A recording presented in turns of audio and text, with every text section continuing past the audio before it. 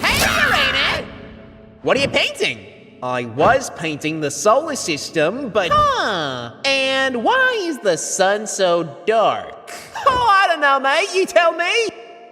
Okay, you're replacing the sun with a black hole. What? No, Hey, that's some cool fan art. You're making a fan fiction of a solar system without the sun? Hey, I'm not making any fan fiction. Let me help you. If we were to replace the sun with a black hole... We would all get sucked in by it and go 20 years into the past. No? I think. The truth is, if said black hole has the same mass as the sun, then we'd all be okay. Really? Yup. Our gravitational pull towards the sun depends on the sun's mass. So if this black hole has the same mass, then we're fine. But I thought black holes absorb things. Right, Uranus? Yep. Well, only if you get real close. But our orbits are at a safe distance. Huh. Well, that's neat. I thought something bad would happen. Nope.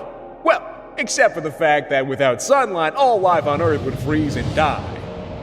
What's an Earth